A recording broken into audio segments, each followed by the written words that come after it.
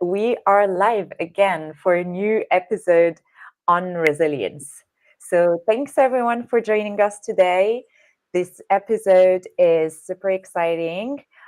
My name is Muna. I'm your host on resilience, and as usual, I have fantastic guests joining us today. So far, I have Jyoti and Sheena, and Olya will be joining us as well shortly. Thank you so much for being here and for joining me in this crazy adventure of our live podcast episodes, especially for this one that is talking about trauma and how it is related to resilience, or maybe it's not. But that's going to be up to our episode to discuss.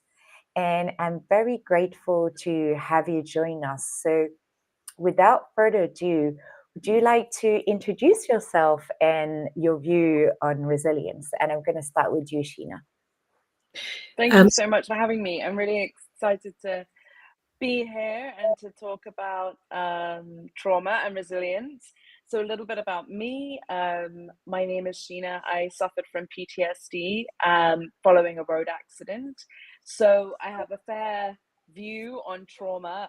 My accident was pretty serious, and I was run over by a lorry whilst I was cycling. So I have had a lot of experience and time actually to think about what resilience means to me and how trauma has really shaped my life, my career. And I will say that it has probably peppered my career as an entrepreneur. I'm a 2 times exited founder. I'm now building my 3rd company in mental health. And I think every experience for me has shaped who I am. Mm-hmm. Yeah.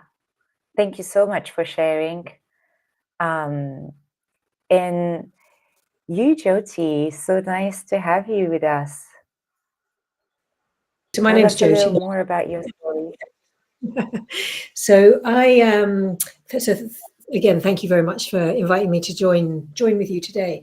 Trauma and resilience are kind of interesting for me because I come from a childhood with a fair amount of trauma, and I truly believe that our story can shape us into resilience, or it can sink us, and we have that choice. And I think that, I chose to come into a business about, 20, 30 years ago, supporting children, and particularly children with additional needs. Having pioneered children's yoga in the UK, what I wanted to do was to give back techniques and tools and practices that had really enabled me to become resilient, actually, and to find my pathway to resilience, and to share that onwards, and to share that also now with families, parents, the greater world, because I think we're in a very traumatized world. We're in a world that's extremely dysregulated and quite anxious, to say the least.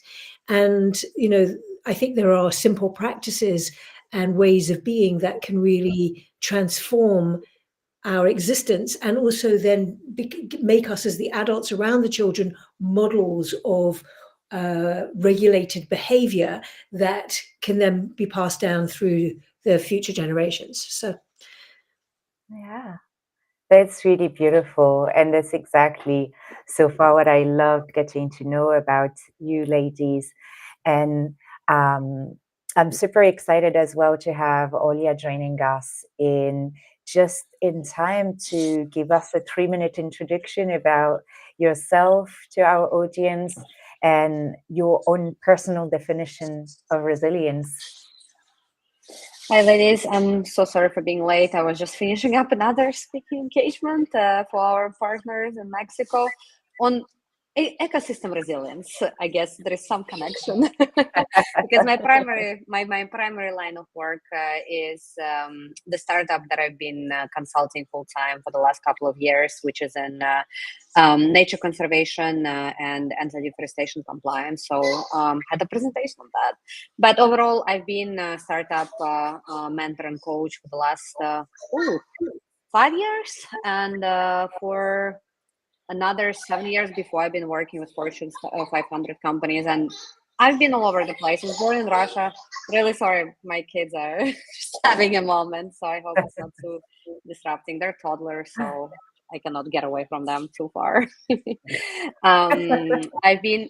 I was born in Russia, and then I immigrated to the United States, and then I basically like went back over the pond to France. So it's been a bumpy ride, I want to say, not easy, moving across the ocean twice. And I've definitely been discovering a lot of things about myself in the last couple of years, especially through motherhood, entrepreneurship, and all that. And I have to say, resilience is like my second name, probably. There is this funny line from some blockbuster movie that says, it's actually Salma Hayek that talks about her husband basically saying, "Oh, he's like the cockroach that just basically denies to die." I'm like, I'm that cockroach too. So that's in brief about myself. I love that. And the cucaracha. It's so funny that we talk about this, because it is supposed to be the one of the thing that would survive a nuclear bomb, right? And I think Exactly. it's it's very interesting, because the more I speak about resilience with different people, we always come to that notion of resilience is often assimilated to survival, or like really going through so much shit over and over again, and surviving through it. What I like to bring with these kind of conversations as well is moving away from that survival to that expansion and thriving and growing. And for resilience not to be that dirty word on people's mouth when they think, oh, resilience, this means I gotta have to go through tough shit again. But getting a little more excited about what life has to offer as well through it. And I'm super curious to understand a little more about your stories. And I know there is the bad and ugly, but also the good side of it. For sure. And to start with, Sheena, I'm super grateful that we met, because it was one of these moments, and all of you, of course. But it's like this moment where you go and you're like, oh, you do this, and I do that as well, and we're in the Yeah. same, like, in the same. When you can have these synergies that are happening, especially around the topic like burnout, and understanding that we had to deal with that. It brought us together, and it brought us to talk about the heart of it all, trauma. Dun dun dun. So you mentioned a little bit about your own experience with trauma and its impact. What I'd like to understand a little more, if you could share with our audience and ourselves, what exactly did it teach you, through this journey? Yeah. Wow. It's a big question, and the reason is sometimes you don't realize what it's teaching you until you're kind of a little bit further down the road and you look back. And I think for me, the biggest thing I struggled with for a really long time was why. Why did this happen to me? What did I do in my life to deserve this? And I couldn't see beyond that question for a really long time. And I think this really led me to dark places in my mind, because I just was like, why me? Why me? Why am I suffering so much? And I think it wasn't until I started Stress Point Health that I think I finally found my answer. That actually the why was not necessarily, if you're looking for a way to kind of process what happened. For me, it was, if I can help one person to not go through, or to help them go through and come out the other side of a traumatic experience, then I believe my experience would have been worth it, and what all the trauma that I faced would have been worth it. And I think resilience to me is what happens afterwards. I don't think resilience is a dirty word, and I don't think resilience is a negative connotation at all. Resilient is who I am now because of everything that I've been through, and because of the way that I understand myself, the way that I have pushed through some of the more difficult times, the way I've actually sometimes had to just sit within those questions, whether it's why, or how am I going to get through today, or how am I going to get through the rest of my life. Sometimes was, the moments where my physical injuries were really severe and I couldn't get out of bed and I couldn't walk and I had to learn to walk again. Those moments you're like, I just don't know how I'm going to do this. And so what I feel in terms of how it has shaped me, it's in multiple ways. I think it taught me a lot about myself. It taught me a lot about trusting myself. And I think that resilience is also about that. Trusting who you are, trusting your gut instinct, trusting that ultimately it's only really yourself you can rely on. Yes, you may have an amazing support. Well, I had an amazing support network, my family, my friends, now my husband. But ultimately, there are things that they never experienced with me. There were moments where it was just me alone, figuring out how to work through what I was going through. And that builds a certain type of resilience that I think only trauma shapes. So when you go back to the question of how trauma shapes resilience, I think there are some things that only if you've been through a deeply traumatic experience and you understand the changes that happen, that can be good also. I mean, I genuinely believe I would not be the person I am today if I'd not experienced what I'd experienced. And the trust and belief I have in myself, which as an entrepreneur, anybody out there who's building a business as an entrepreneur knows it is lonely, and sometimes you've only got yourself, and you have to trust that your vision, your mission, your goals are the right ones, and the ones that you have to stick to, because it's an incredibly difficult up and down with building businesses and building startups, particularly startups, I would say. So what has it taught me? Back to your original question, I think the fundamental thing it taught me was who I am as a person, where my limits are, where my boundaries are, how strong I really am, because you don't really know how strong you are until you're tested. And also that empathy and kindness and always trying to put yourself in the other person's shoes creates an understanding of the people in the world around you that's really deeply profound. And I think that has really carried me forward, that somebody, maybe you don't know what somebody's experiencing. And I know time when I was deeply emotionally dysregulated, my poor mother put up with a lot. I would fly off the handle for no reason whatsoever, because I was so emotionally dysregulated. And now I always try to do that the other side, that and I think this is also important in the workplace, and when you're building companies and building teams, to try to understand where people are coming from, and to really put yourself in their shoes and ask, why are they reacting like this, instead of reacting back at them.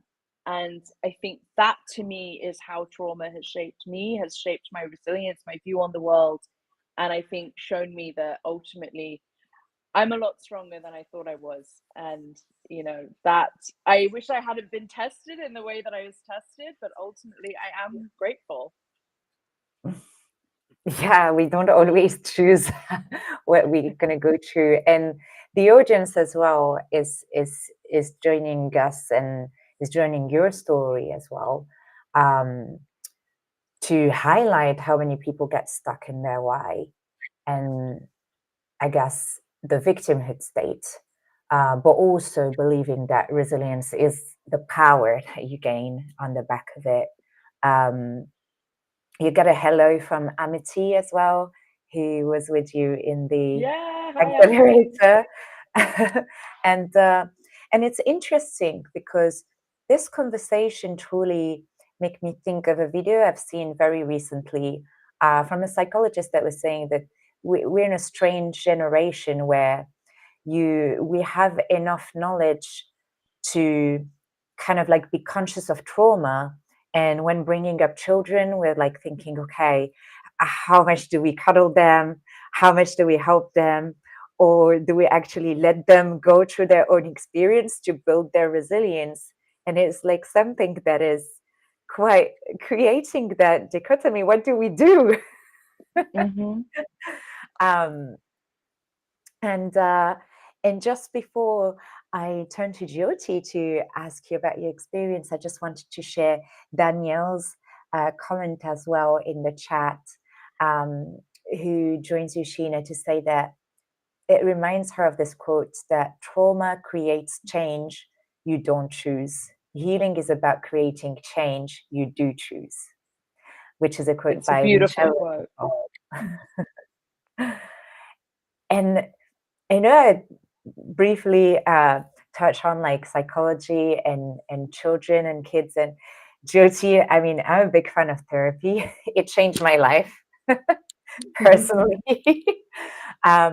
But also Amen. Same here. it's something that I really feel like, oh, it's one of these things where you feel like you had known more of before. Um, but I'm also a big fan of movement, because when you do the exercises to try to remember what you loved to do as a child, I remember I loved to move and jump everywhere. And when I asked my parents, it's all about like, oh, you couldn't stop. That was annoying to them. But so um, tell us a little more to like your experience, like working with children and in general, perhaps as well, your own experience. What have you learned about how trauma impacts us and people around us? Um, Oh, that's a good question. just So, that. so one of the fundamental things that I think trauma does is it creates disassociation. And so what happens is because we're in so much pain, we disconnect ourselves from the feeling body, because a lot of what we experience is actually stored in the cells of our being. And so when we disassociate, we can't heal. And it has to be, a very gentle and reconnection back to, inside ourselves in a safe way that allows us to start to feel safe inside ourselves again, but also to find ways of rebalancing and releasing and accepting and working with the feelings, that exist within us as a result of the experience of trauma. So in my own case, I found yoga when I was 17, which is, a millennium ago. Believe me, many millennium ago, I think. And but what it did was I started to have this kind of inner experience of, oh, here's my body, this is where I feel things. This is, and so, we still, there's still always the potential of disassociation when things get too intense. But over a period of time, one learns how to reconnect and to stay connected and just to observe that it's just a feeling, that it's in there and it's okay and we can sit with it. And then when we meet it, it dissipates anyway. Because we can meet it, love it, sit on a chair next to us, talk to it, do whatever we want to do with it. But we can, start to create a more kind. I think Sheena mentioned kindness, and there's something really valuable about that kind of sense of cultivating a kinder relationship with ourselves, so that we can sit with the trauma and sit with the pain, and and from there resilience comes. So your resilience is in fact our ability to meet it, in my opinion. And when we are able to to kind of meet those more uncomfortable pieces in ourselves, therein lies our healing capacity. So, if we trust, I mean, I've always believed that nothing happens by mistake. And I've always had that kind of sense of, my own existence. And while you're in the chaos of something, you don't always know why, but you generally look back and go, this happened. And, the result of that awful experience happening is this, this, this, this. And these things wouldn't be happening had I not had that experience. And it was, similar as what Sheena was saying, probably is exactly what she was saying. So, getting stuck in the why just holds us in more disassociation, as opposed to going, okay, so I'm uncomfortable with the why. Why is this happening to me? But the other side to the victim is a superpower. It's a huge superpower. That we all have the capacity to work with and find, and actually, that's how we thrive. It's through that pathway of acceptance. And I think part of resilience is acceptance. I totally agree with that, Jyoti. It reminds me of a book, The Body Keeps Score, when you were talking about how trauma is stored in the body. And that I highly recommend that to everybody, that book. It really did change my perspective and help me understand so much more about how the body how the body stores trauma and how to process it through. And it really was very enlightening on this topic, for sure. So somebody's put a question up saying, is there a difference between disassociation and compartmentalization? Yes, probably there is.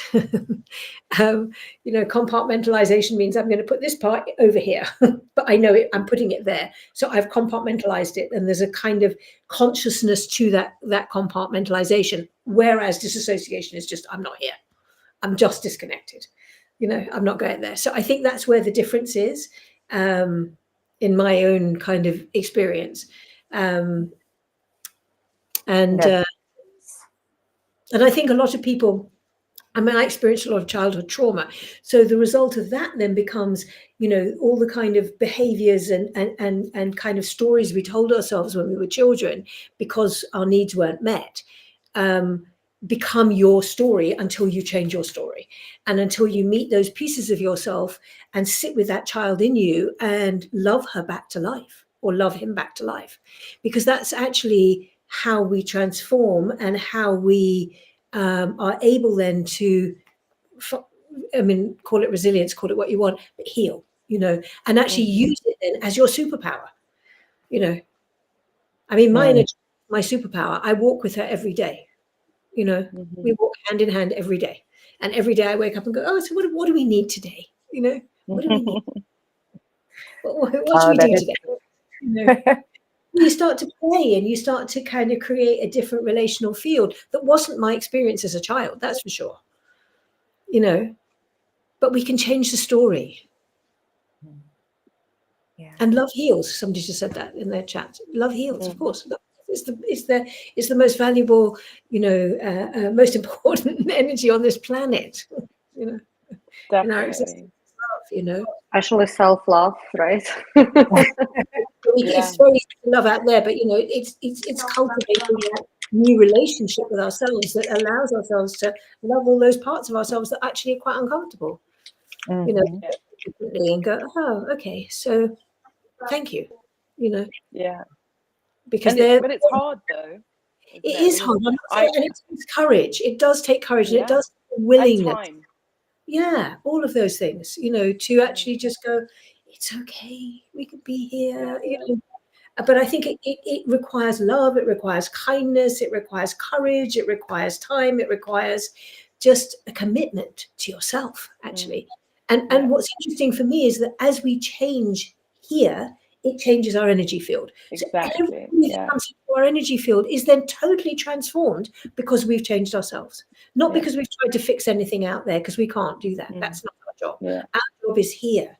And then when we change here and we can start to sit with, a deeper vulnerability and a deeper experience of our own, I don't know, inner self, I suppose, that changes. Yeah.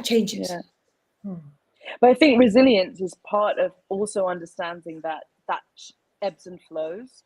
And I think that was one of the biggest realizations for me, was thinking 20 years on from my accident, when I had a bad day, that am I going to slip back to a place where, it was dark and it wasn't, and I'm not able to cope? But actually the resilience in me was like, no, you're just having a bad day. It may just be a bad day. It also may not be related. Not everything relates back to, the trauma and, everything that I've gone through at that point. I think part of resilience is almost a safety net. It's almost like a net that catches you before you really let those things kind of infiltrate, but not in a way of actually disassociation or compartmentalization. It's actually just understanding that, no, you know what, today was just a bad day. But that there will also be days where it does infiltrate, and that's also okay.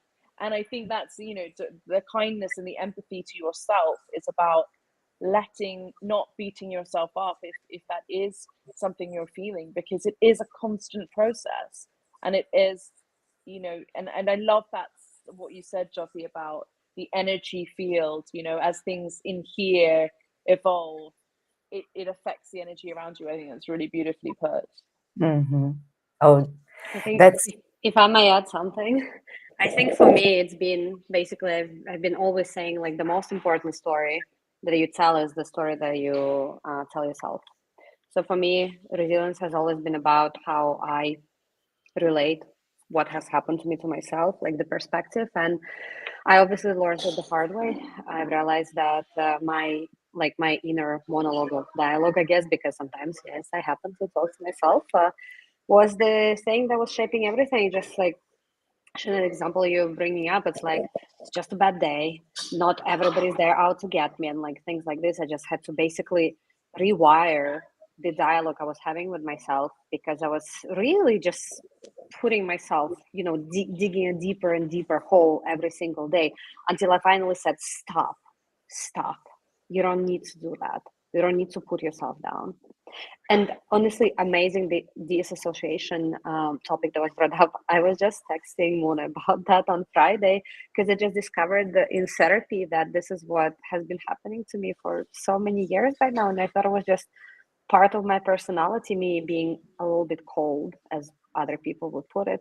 But apparently it was just really, really major dissociation that was happening because of some death in the family and some other events that just like all accumulated. And I just thought that's how I was, but this is not how I am. And this discovery was just like mind blowing. Well, now I have the whole journey of how to piece it back together, but just realizing that this is not who I am and I don't have to be this way, it was already like the part of like the healing journey has begun. Beautiful. Beautiful. and you did mention, obviously, in previous talks and just now, that like all of us and many of us out there, you had your fair share of traumas, and it changed a lot of things, right, around you, because that's the thing as well with resilience. There is this evolution that happens and the change. What would you say has led you to, you know, want to share your story? And I think when I talk about sharing your story, it's not just like you being on stage or like taking a stand here. I'm thinking as well of what you're doing with Business Savages, putting stories of other people and having these conversations, you know, out there. I think there is something where we are faced with ourselves, and then a moment where we're giving back to others as well through these shared experiences and talks. What has been like your trigger to pursue something like that?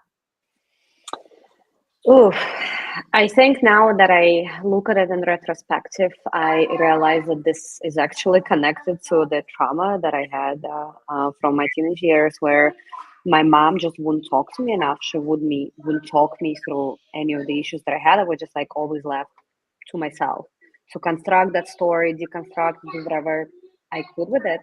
And I think I just didn't have that safe space to talk. My mom is like an extreme introvert. So for example, when her mom died, this is the story that I was sharing with Mona end of last week. She didn't like, it was just like, okay, this happened, you know, now let's take care of the funerals, blah, blah. I was barely 20. I mean, I wasn't a kid, but I was in that sensitive age still. And she did nothing to just basically, you know, take me through this whole thing. And I saw her dying in front of me. It's like, saw her last breath, and it was just, and I think in essence, I was closer with my grandmother than my mom. So it was like as if I saw my mom die, I think, at that point. And there were like some other moments. I used to have like really horrible acne, and I would have like meltdowns because of it. And my mom wouldn't like validate my feelings. Just like all that I want her to say was that, yes, this is not fair. It's not fair that it's happening to you, but you know what? It's not the thing that matters. And when I was doing my last therapy session last week, the therapist was telling me to imagine an exercise where I'm like, my older self is talking to my younger self. You know what I did in that exercise in my head was like caressing my younger self's face, just basically showing her this, it's okay. The acne doesn't matter. Like, I can touch it. It's okay. Like, that's not what defines you.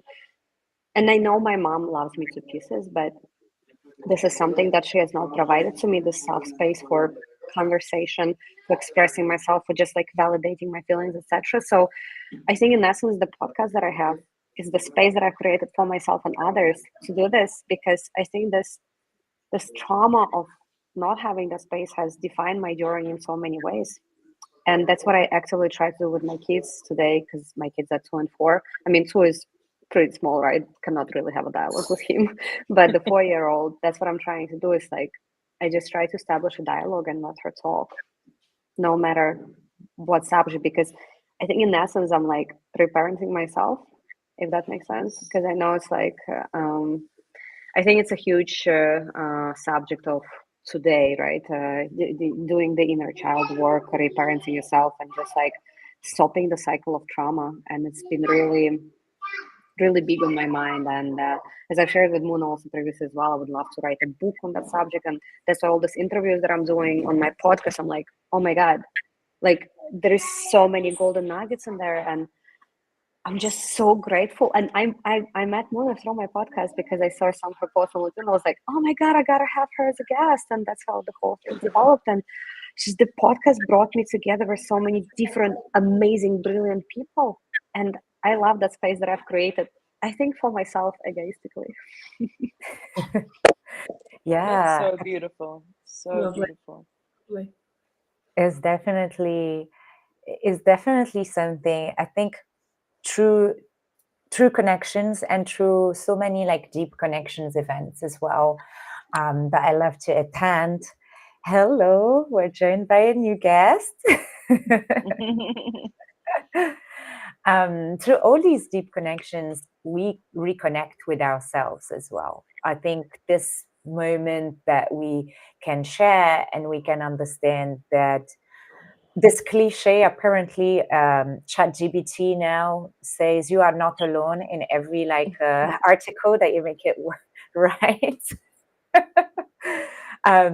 But it's true, you're not alone. And the chances are, if you're thinking something, even when it's like the negative voices in your head, chances are you're also not alone. You didn't invent it.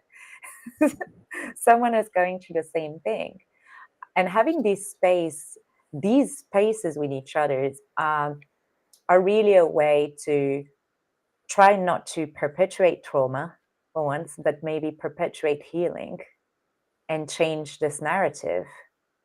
One thing that I wanted to ask you, it is really, initially I was going to focus on the workplace, but I think I want to pose this question to you in a more generic way. What can we do better to make this world a better place, but most importantly, more trauma informed? What can we do better to make the world more trauma informed? I'll jump in on that one. So, you know, I think it's less about being trauma informed than it is about regulating your nervous system, because it's because we're in such a dysregulated world, whether it's a result, which is inevitably is going to be a result of trauma. Everybody's traumatized at some level. Everybody, we've all had some level of trauma, from less to more. But nevertheless, what it does is it creates a really disturbed nervous system. And when our nervous system is disturbed, we are not functioning at optimum. And we tend to be reactive as opposed to kind. And we tend to be impatient, and we tend to not love very much. Our thoughts are bonkers. And what happens when we are able to, to come into a regulated nervous system, which isn't that difficult to do, actually, to be honest, it just takes a commitment to do it.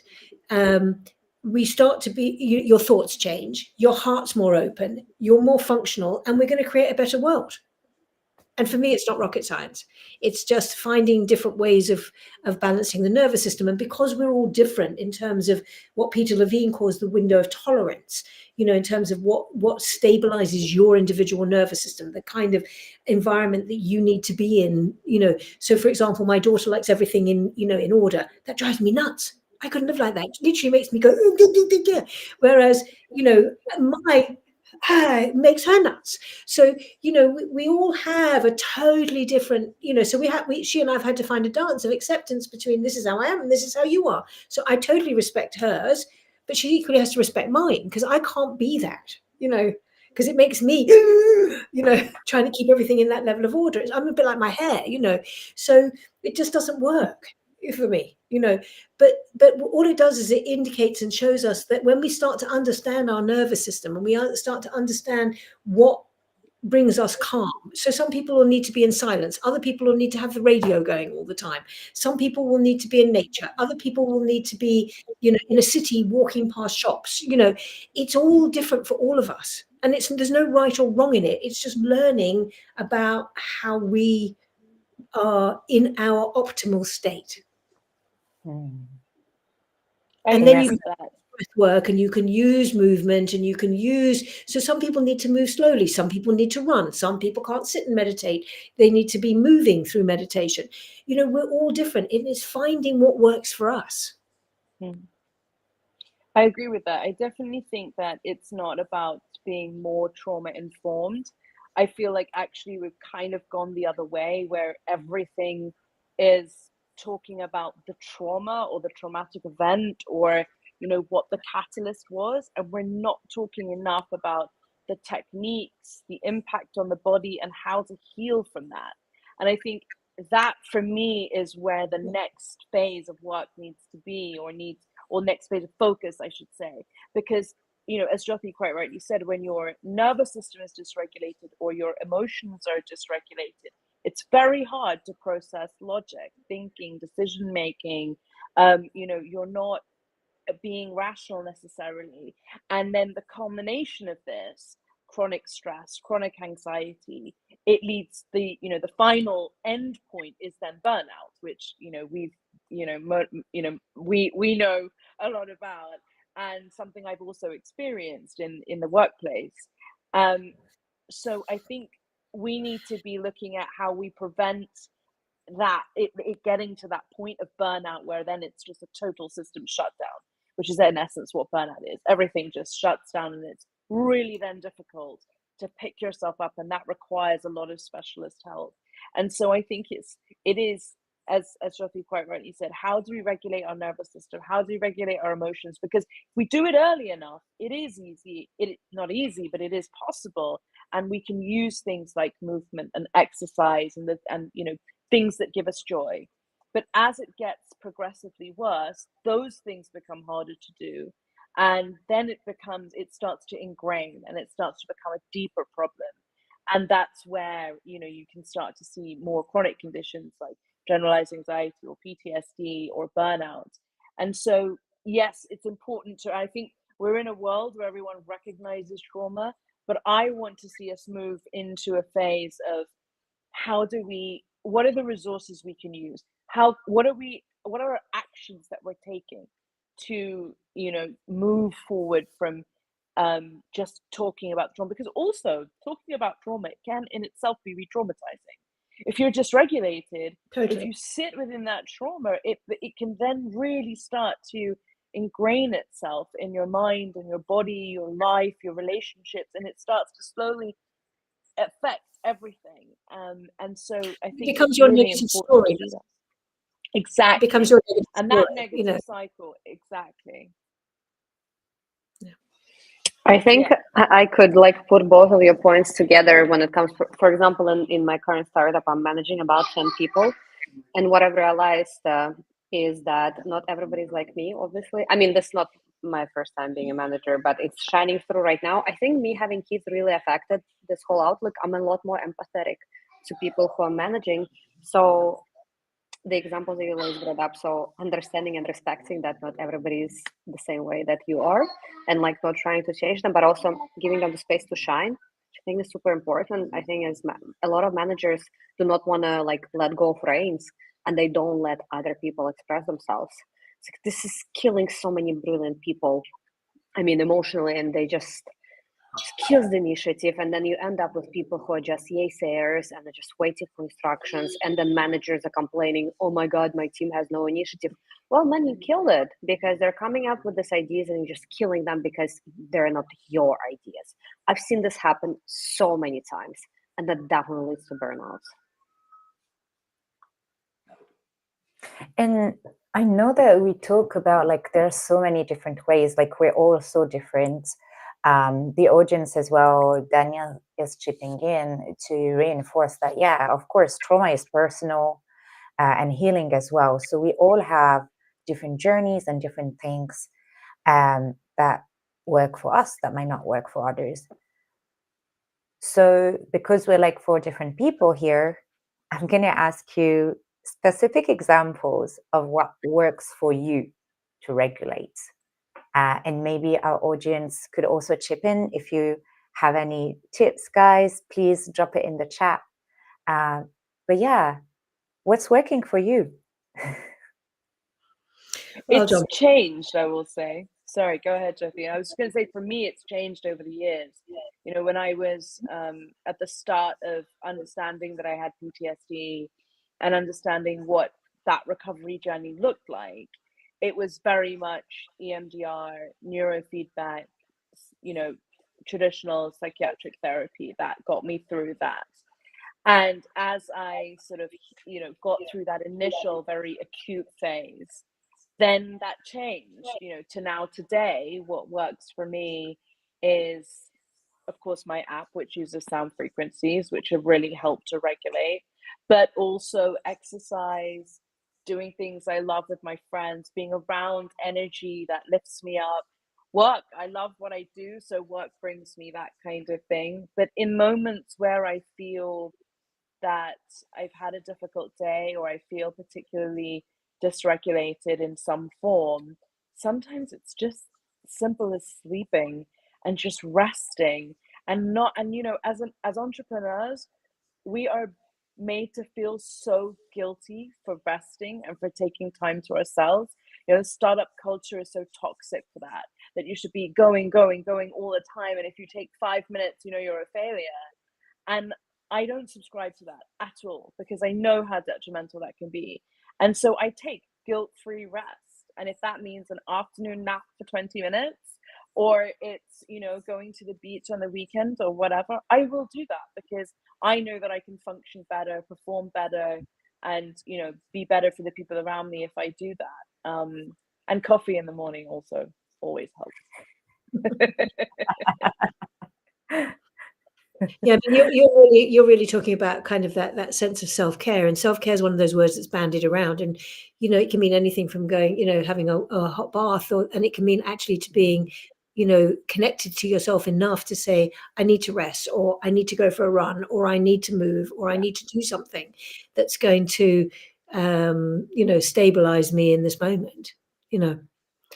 And I think also there is, you know, the beauty of modern science is there's now more science around different kinds of practices that are proven for, you know, recovery, you know, to support PTSD recovery, to support trauma recovery, and a lot of them are movement based actually.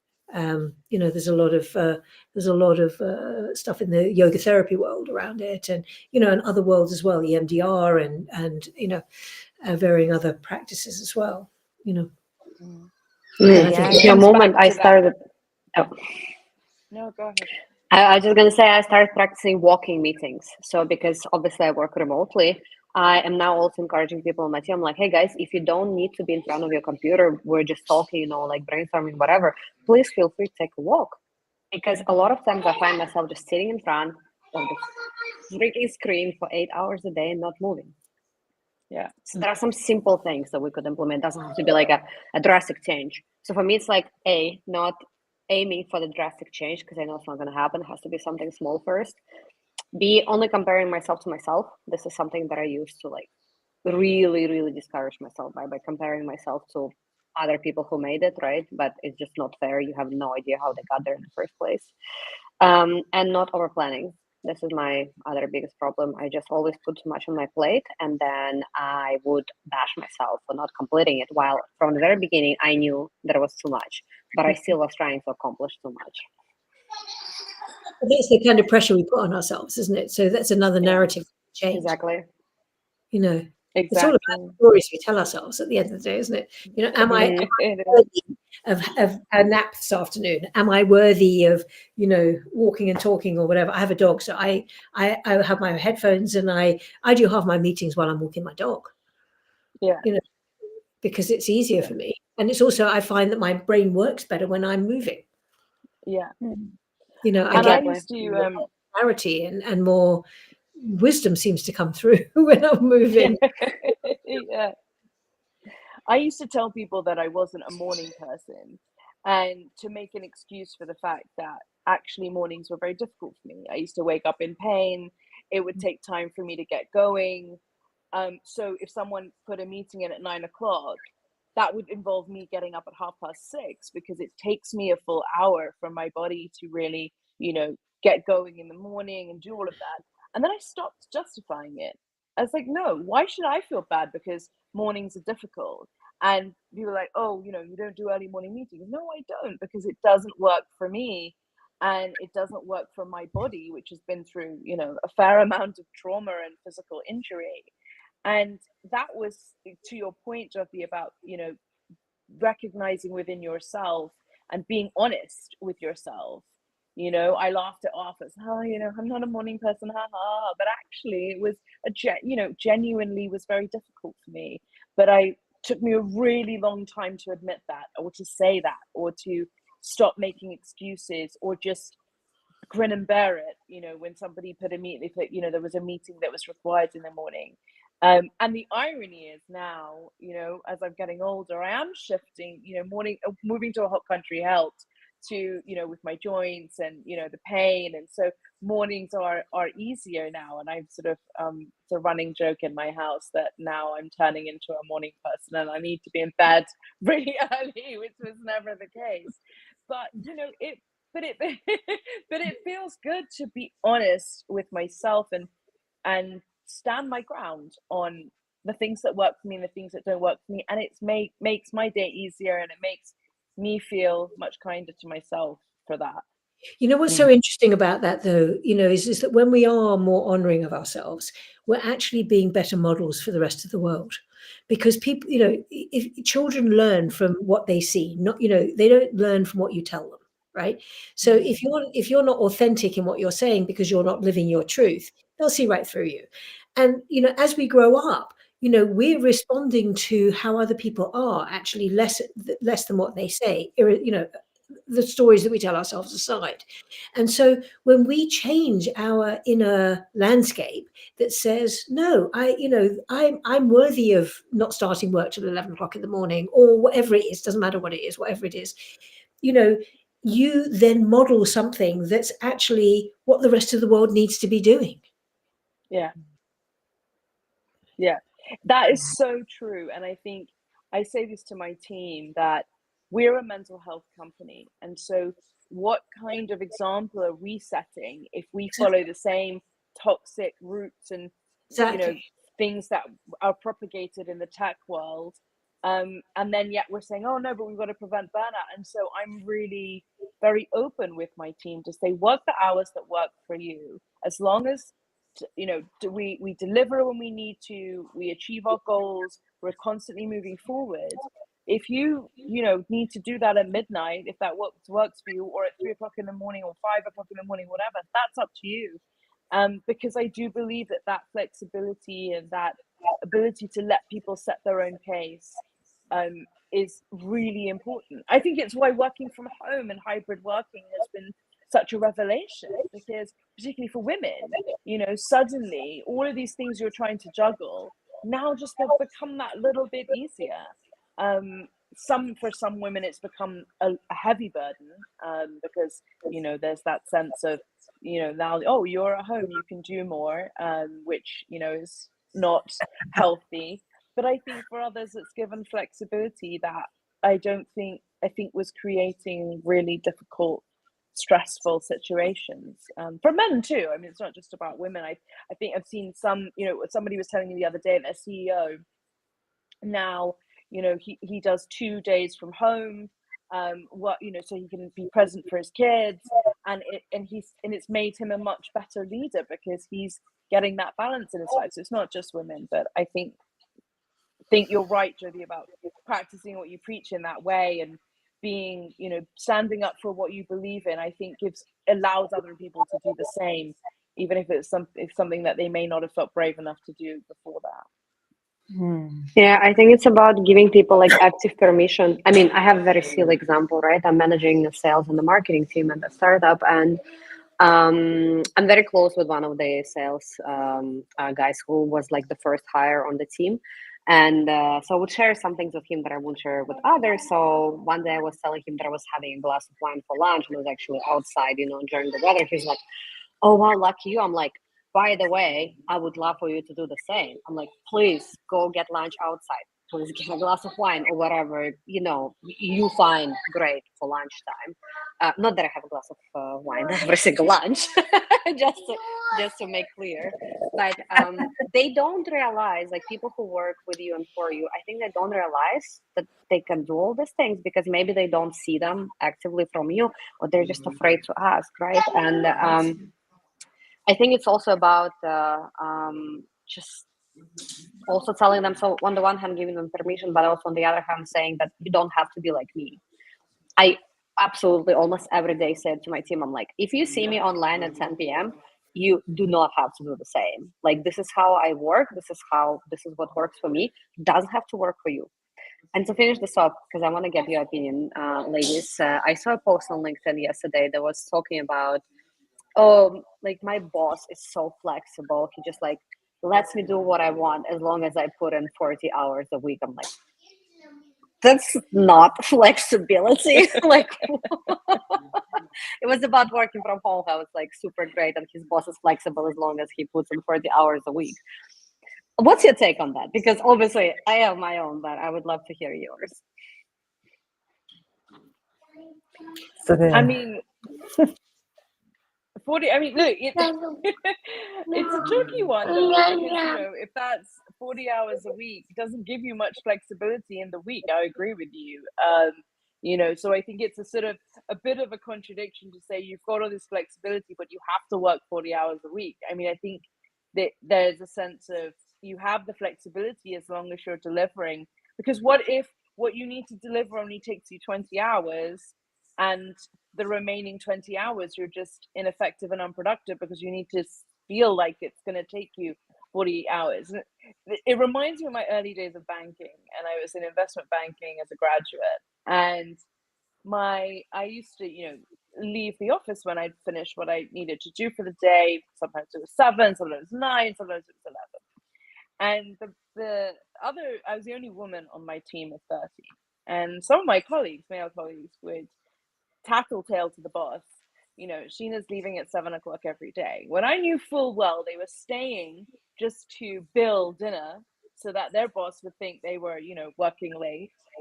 And the head of the department called me out in the meeting, and he said, we've had some feedback that, you're leaving at 7, 8 o'clock in the evening. And I said, I just simply straight said, well, if I finish everything I need to do by that time, that means I'm efficient, and those staying late are probably not as efficient as me. And it didn't mean to come across arrogant. It was making the statement that you can't judge it by the amount of hours you spend in the office. It surely has to be on the work that you deliver.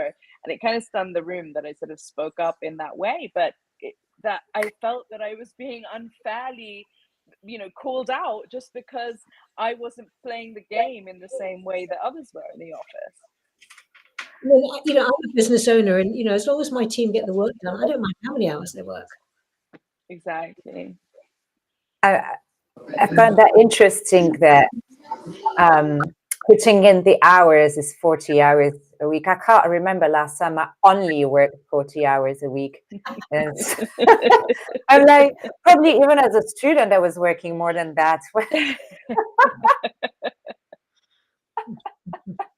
I always It say was to my the team that stipulation of the number of hours. I think it wasn't so much the number, but the stipulation that this is, the minimum that you need to be doing. Yeah. This is something what constitutes work, I mean, if you're going to get somebody to be in their optimum, then actually there's other parts of their brain than sitting in front of a computer screen that need to be, filled up or opened or whatever it is in order for you to get their best work anyway. Mm. right. It's really about efficiencies. I think there is something really important here, and that's like going back to operational resilience. And I know it's a little more like astray and a little more technical, but it is so important when it comes to managing our human resource and ourselves to have processes in place, operational processes in place that are efficient. So reason why most people quite often have to stay late in a sales team is to fill up all the stupid admin that they haven't done like progressively, because there isn't a smooth process to do it progressively, and then everyone has to catch up with it all, and they probably have to try to do it all in one evening and fill up these things. Why is inefficient as well? Because quite often many companies use multiple different as well CRMs or multiple different softwares, and you have to update multiple different things, and the same information is filled by different teams in different tools and create so many inefficiencies. So I think that is really Amity, who's in operational resilience and business resilience, is saying we need 100% emoji for this topic. But it is true, and I know I come quite passionately across when it comes to that. And it's going to lead me to some of my questions for you, because I think it's all nice to talk about just one thing, right? We talk about doing our work on an individual level, healing and taking our inner child by the hand and parenting them, right? But there's also what's going out there.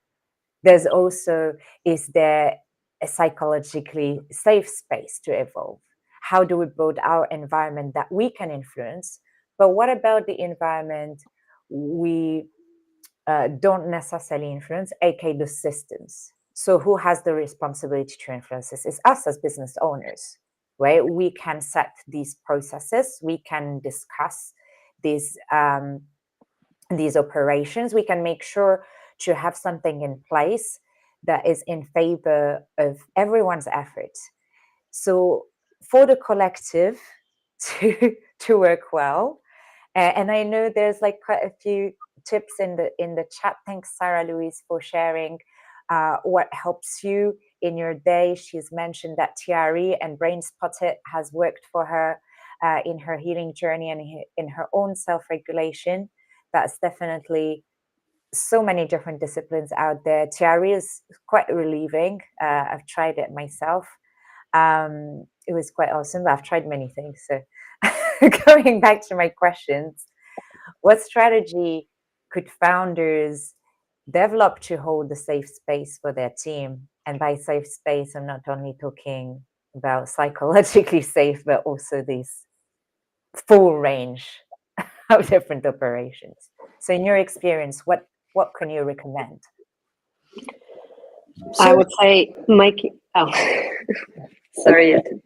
Mine is like quick but global. So I always say to my team, and that's what I recommend to all of the founders that I coach, is that you have to make it clear to a team that staying busy does not equal progress. And you also have to define what progress is. That way you will avoid people being in front of their computer for 10 hours, not even understanding whether they're making impact or not. Set the goal for yourself, for the company, and explain it to the team and explain it to them directly how they can contribute. So they can measure their work by this contribution to the impact and not by the amount of hours. And that significantly reduces all those like idle working times, right? When people are just like slacking away or doing something else, it just really doesn't matter. Doesn't matter in the grand scheme of things. So that's was the short answer. Sorry for cutting you off. Not at all. Not at all. I think it's very valid. I also think that, in a team, you have different skill sets and you have different ways of being and you have different ways of thinking. And I think you want to try and create a team that's got balance, in terms of skill set, in terms of how they think, in terms of, you've got people who are creative, you've got people who are thinking, linear lines, you've got people, who think in all sorts of different ways. And what you want to do is to build a team that supports what your ultimate goal is, with the right kind of people who think in the way that are going to be useful for the varying tasks and have the skill set in those tasks. So you're not putting round pegs in square holes, and you really build a team around that, and then you support them to thrive because they're doing the job that they're most passionate about, and they learn how to work with each other. Yeah, I agree with that. I think there's a few things for me. I think the impact point that Olya made is really important. I think changing the way you measure success in your business creates that safe space. And instead of it being about, whether if it's in the tech world, it's user numbers and engagement and all these kinds of metrics that ultimately may not mean anything. Whereas if you're looking at impact, you might have 1,000 users who hate your product. Is that a better metric than 100 users who are absolute champions of what you've built? That's measuring impact. And that creates a different kind of motivation for your team. That creates a different level of excitement to say, wow, look, we've actually impacted the lives of these people, or we've actually impacted a system in a way that is really meaningful. So I think that's a super important point when it relates to motivating your teams. And I also think what Jyoti said about, using the different skills of people, but I think also taking that a step further to have your team learn from each other. Someone who's incredibly artistic and creative can teach someone who's very mathematical and technical different ways of thinking, different ways of approaching something. And I think when you don't pit people against each other, but rather nurture them to learn from each other, you automatically start creating this really exciting, energetic space.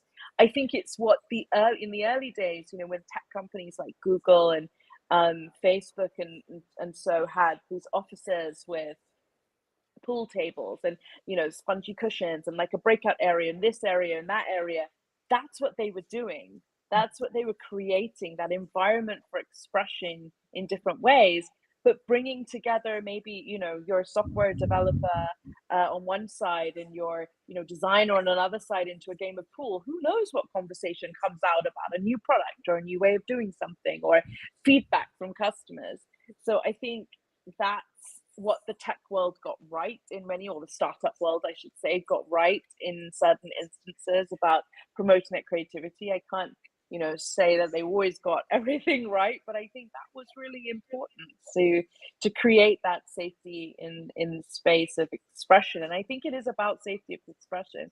I had a friend who runs a company that is all about helping senior leaders tell their stories of mental health with their teams within the company. And I also did a podcast on this, where I said that, I think it's incumbent on leaders to share their experiences and to show vulnerability. It's not a weakness. It will endear your team members to be like, wow, okay, you know what? That's really relatable. Or even if they don't relate to it, just that level of respect. And I think those kinds of sharing of experiences, sharing of ideas creates that safe, if you want to call it safe, or creates an environment where people feel open and able to express themselves fully. Well, sharing your vulnerability allows other people to do that too. Exactly. Mm. And I think it's hardest though, for often leaders feel like they can't do that. They need to be stoic and strong and, present this sort of put together front. But I don't believe that expressing that is vulnerability, or is weakness. I think that actually it's really inspiring and strong. I don't think there's a single person who builds trust, I think. exactly. Yeah, and I don't think there's a single person who's heard my story and heard me talk about it that said, "Oh my God, like that's terrible. Why is she sharing that?" Not a single person. It's always been a really amazing response.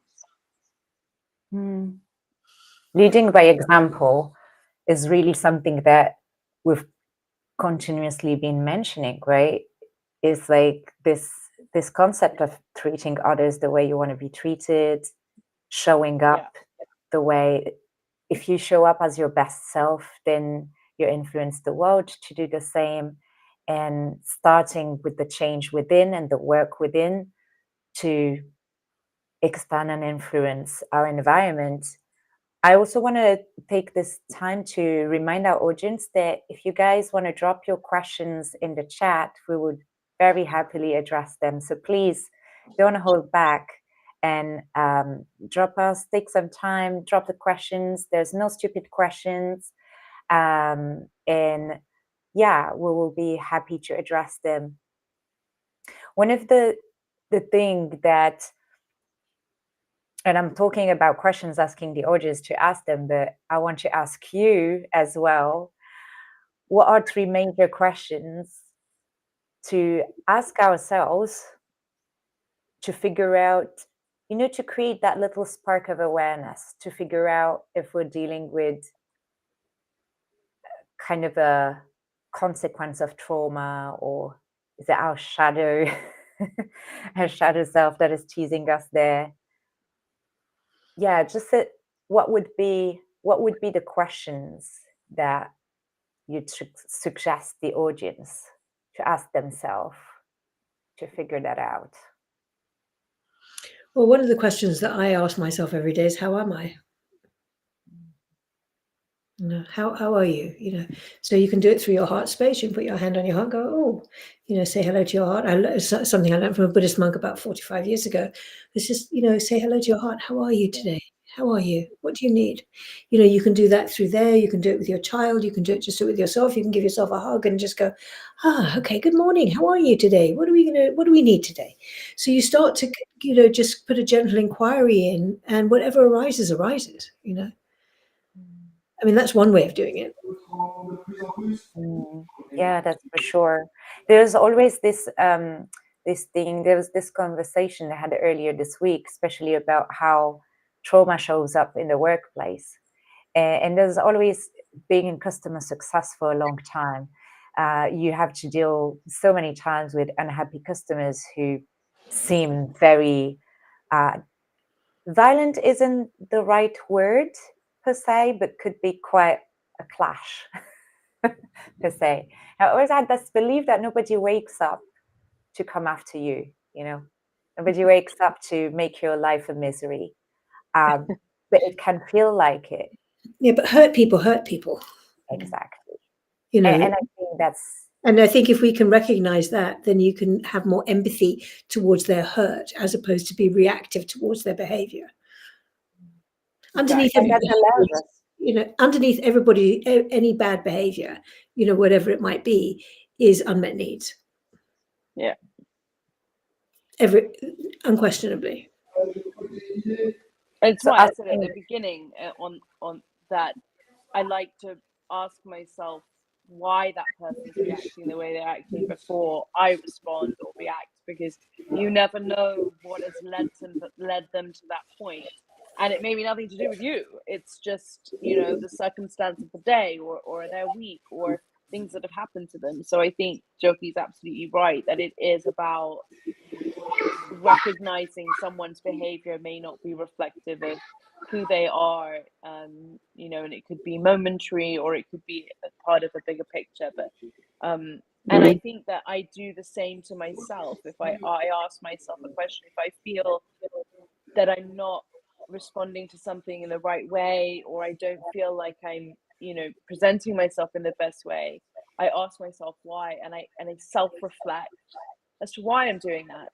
And I take a moment, whether it's at the end of the day or if it's the next morning, to just ask myself, why did I react that way? And be honest with myself about the answer. And it's something sometimes I talk to my husband about it. Sometimes it's a conversation that I have just within myself. But I think it is really important to self-reflect and to be analytical of your behaviors and actions and feelings and emotions, and understand how that's impacting the way, the way things are going, or the way your day is going, or the way you're at work or at home. Because of course it is our trauma that will make us reactive to someone else's response, isn't it? Mm-hmm. Exactly. That we're reacting because our internal compass maybe have been shifted, but not because of what they said, because of something else. And it's sort of a chain reaction of things. And I think when you take a step back to say, okay, but why did I feel that way, it then enables you to be empathetic to that person as well. Yeah, because I used to remind myself, now I don't have to actually do this anymore, but I used to remind myself, this is not about you. So it's like what I said earlier on the live. It's like not everybody is there to get you.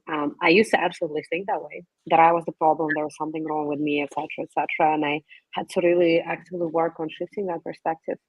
But one question that I like asking in my coaching sessions, which sometimes throws people off, is tell me 5 things that you enjoyed doing as a child. And a lot of people actually struggle answering that question, because a lot of them, especially founders, sorry, they are so disconnected with their inner child because they're so focused on just getting things done. They do not remember what are the things that they just deeply enjoy, not things that they think they should be doing, like, oh, I gotta meditate in the morning, go do yoga, blah blah. Do you actually enjoy it? We're doing it as a child, and this question actually sparks some really profound conversations. And that's a very interesting question as well, to get closer to our notion of purpose, and reconnecting to ourselves in some way. It's interesting that we question ourselves of how we are really doing, what is happening, why are we reacting a certain way, questioning ourselves about what we actually love.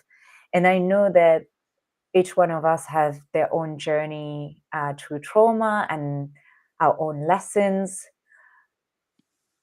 Do you have one particularly that you picked yourself up on, a kind of behavior that you were perpetuating for one or another reason, and then you realize, oh shit, this is me perpetrating my trauma, and how you navigated that change?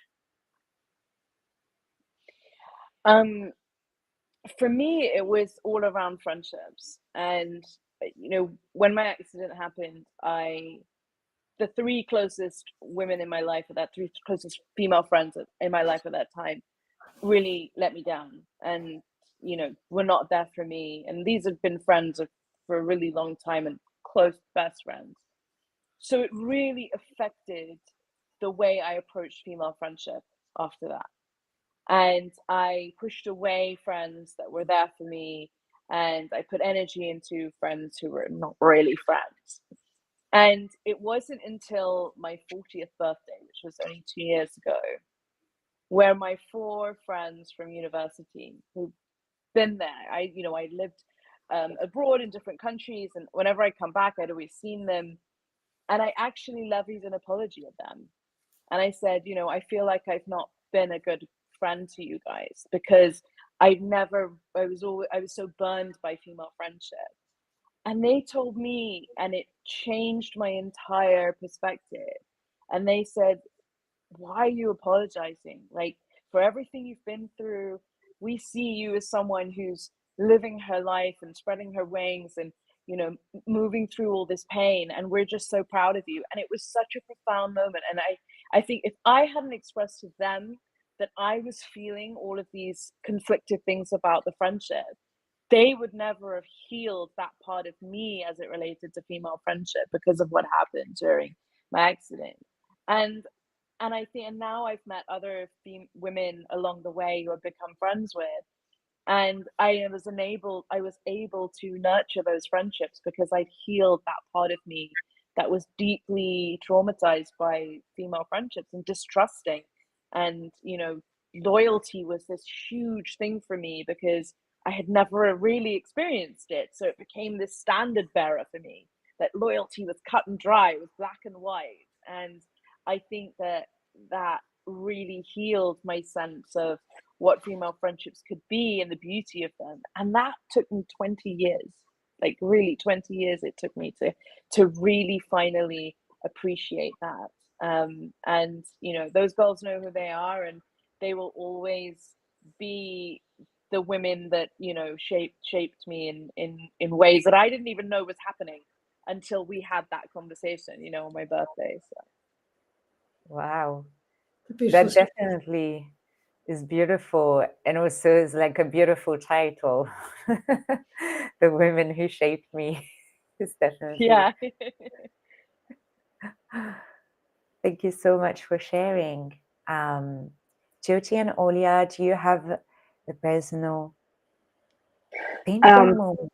I think I have might be like a cliche example, and well, maybe cliche for many others. As I'm trying to say is, I used to be super focused on my physical appearance, up to the point that I would like weight myself every single morning. I would like check myself in the mirror from all the angles just to make sure I'm looking slim, whatever. And obviously, after having two kids, it's become even like a bigger obsession. I'm like, I need to get back in shape. Like I need to. I still do not know where this is coming from. I have not worked through that in therapy. This is actually one of the topics that I'm going to address next. But I have to say, it just made me devalue myself from the perspective that I somehow thought that the physical appearance was all that I was bringing to the table. I'm a lot less focused on it now. I'm just like, oh, whatever. Sometimes I can even, leave the house like looking like this, which was never the case before. And I know that a lot of my female friends, especially the ones that are, well, let's call them career oriented, have the same problem. And I think it's a major issue. And we know that internet, well, social media has installed a lot of this, looks focused agenda into our heads.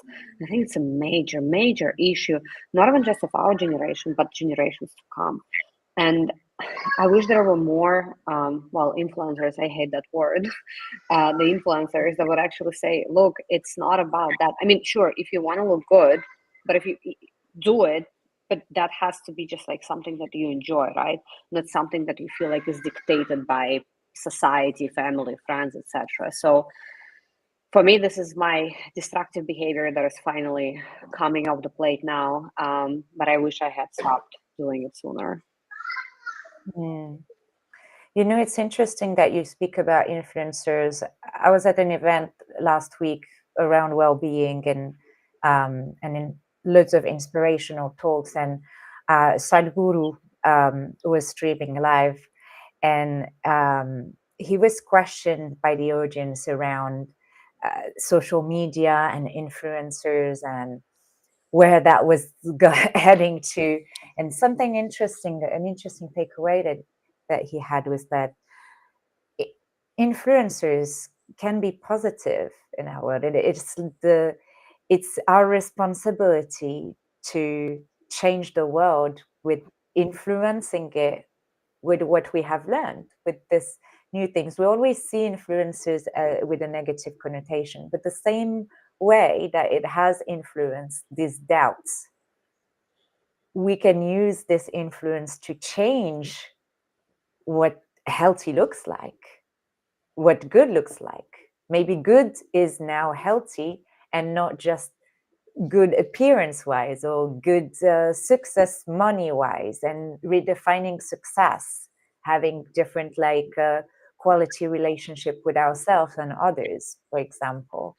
And I think what we're all trying to do in our own space is influence. We'll try to bring our little stone to the building of change.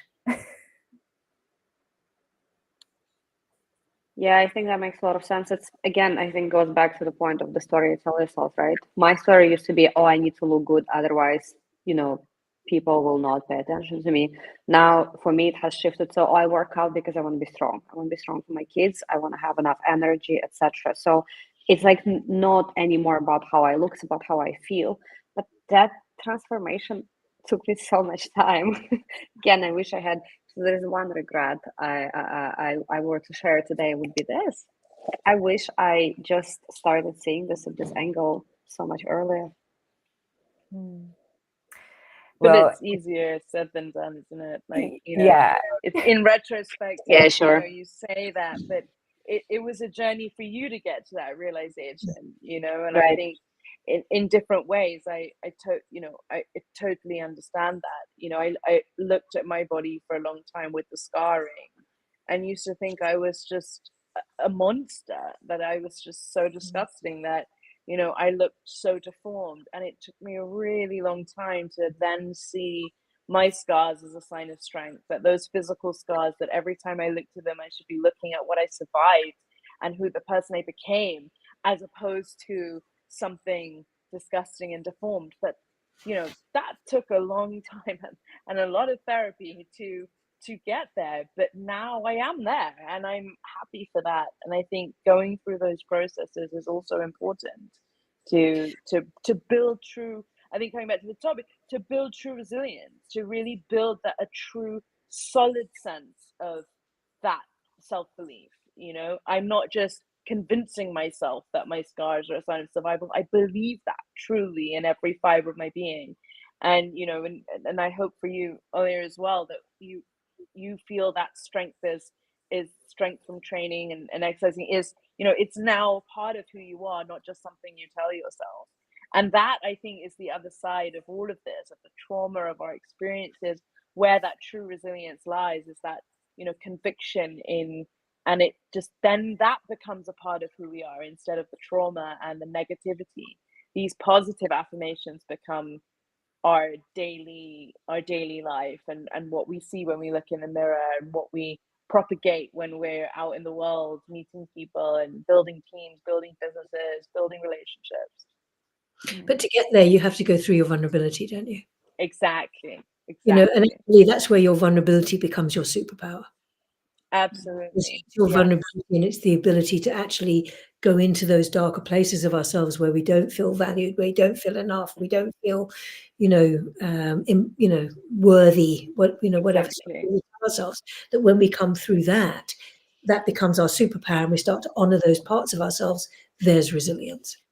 Absolutely. I couldn't agree more. Without the victim piece, without that sense of sadness, I feel like, because I feel like often the victim, and when we talk about that victim mentality, I don't think that it's it often people say that about people who've been through traumatic, and I find that it's not a victim mentality. It's still a deep sadness associated, or a negativity associated with what that person's been through, and that's where I committed my life's work to showing people that it doesn't have to be that way, that you can talk about, think about, feel, and move through your traumatic experiences, but then use that as a positive fuel instead of a negative fuel, and It's also talk about it in a way that's positive. it's also part of the human experience. Yeah, it is. All of the feelings that you're talking about, whether it be sadness, whether it be rage, whether it be anger, whether it be frustration, all of the kind of what we would describe as more difficult emotions, they're all part of our humanity. And, if we can kind of sit with, those parts of ourselves and honor those parts of ourselves, we don't have to hurt another because we're angry. We're just angry. It's okay to be angry, Yeah. And, then we can honor all of that, and we can, again, that's where resilience is. Yeah. And it's also Absolutely. honoring ourselves as full human beings. Yeah. Because all of us will have that. We're all messy. We're all, we're all a human mess, actually, at some level. Yeah. And it's okay, and it's fine to be that. And it's not trying to be perfect. It's not, there's no such thing anyway. We're all perfectly imperfect or imperfectly perfect. I don't know which it is anyway. Just, and that's it's part of what makes the difference between us and animals, right? The emotional context. Of course. That's what makes us different to other animals, is our ability to feel and express emotions, and it's not about losing that, but it's about balancing that, and it's about letting that not be negative or leading to bad behaviors, or manifesting in other ways. It's about regulating that so that we can really be kinder, be kinder, more balanced. But ultimately, the word comes back to me, because I think it's so important, be resilient, because life will always, life's not linear. There's always going to be things that come at you, even if it's nothing related to what your traumatic experience or what's going on. There's always going to be things, and being able to work through them and to handle them, I think that's true resilience. Meet them and honor them too as part of us. Yeah. And I think that's a very beautiful way to wrap this session up. And exactly like I promised you, an hour and a half goes super quickly when you're having fun. Yeah, great conversation. But yeah, I love it, and I'm super, super grateful that we got to connect and exchange and share with our audience today about the impact of trauma and resilience, and how it shapes us, how we shape our future, and how we take ownership of our own lives as well. We've got wonderful quotes, quotes-worthy pieces from this conversation. And I love this idea of superpower.